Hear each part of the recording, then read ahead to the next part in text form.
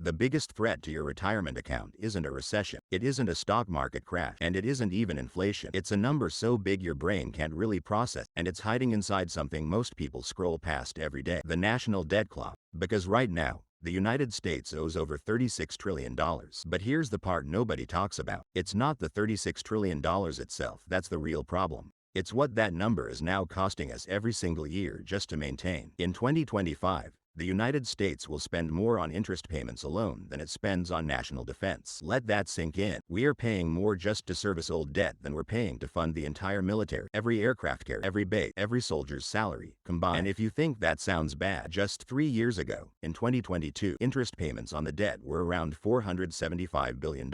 Today, they're approaching $1 trillion.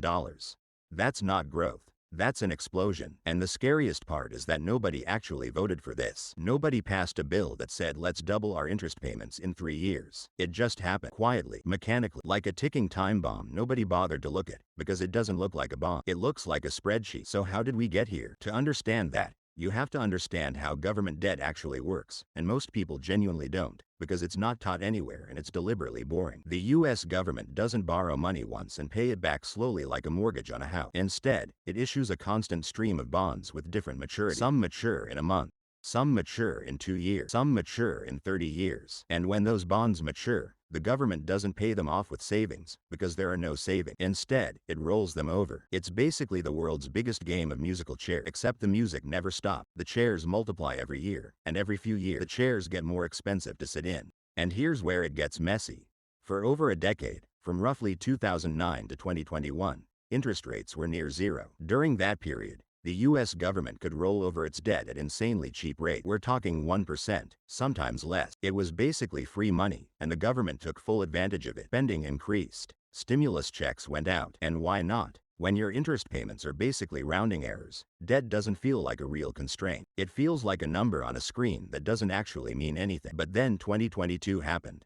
Inflation, dormant for decades, came roaring back, and the Federal Reserve raised interest rates aggressively, faster than at almost any point in modern history. Suddenly, all that debt that used to roll over at 1 or 2% started rolling over at 4%, 5%, even 6%. Meet Bob. Bob is the US government. A few years ago, Bob took out a loan at 1% interest.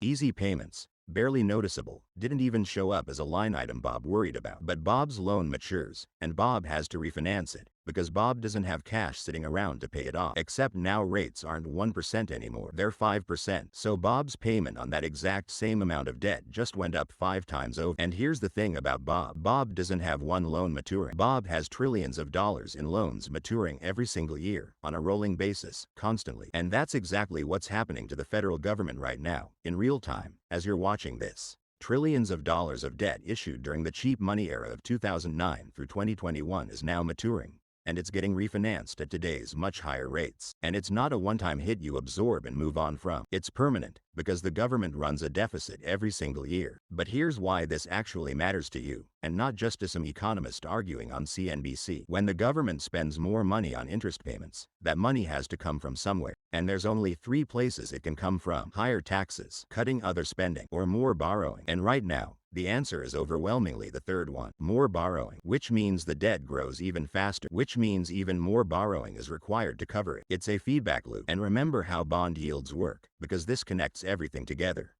The more debt the Treasury needs to sell, the more buyers it needs to find. And if buyers aren't lining up fast enough, the Treasury has to offer higher yields to attract them. Which means rates on new debt go up, which means the interest bill goes up even more, which means the Treasury issues even more debt next year. You can see where this spirals. It's the same supply and demand dynamic that drives mortgage rates, corporate borrowing costs, and stock valuations, because the 10-year Treasury yield is basically the foundation everything else in finance gets built on top of. And when that foundation has to compete against a government that increasingly needs to borrow just to pay interest on its previous borrowing, right now, interest payments are eating into the federal budget faster than almost any other category. Interest is the fastest growing major expense in the entire federal government, and it's not even close. And at some point, years from now, not decades, interest payments could become the single largest line item in the entire federal budget. Bigger than defense, bigger than Medicare, bigger than Social Security. Just interest. Money that produces absolutely nothing tangible. No roads, no hospitals, no new military equipment, no benefits for retirees. Just a payment, every single day, to whoever happens to be holding the bond. And this is exactly why traditional financial media doesn't cover this properly. There's no villain, no scandal, no 15-second soundbite to clip and go viral with. Instead, the conversation gets reduced to oversimplified soundbites. The Fed will cut rates and everything will be fine. Or, the debt doesn't matter because we owe it to ourselves. But that second one isn't really true. A massive chunk of US debt is held by foreign governments, foreign central banks, sovereign wealth funds, and foreign pension systems. We're talking trillions held outside the United States.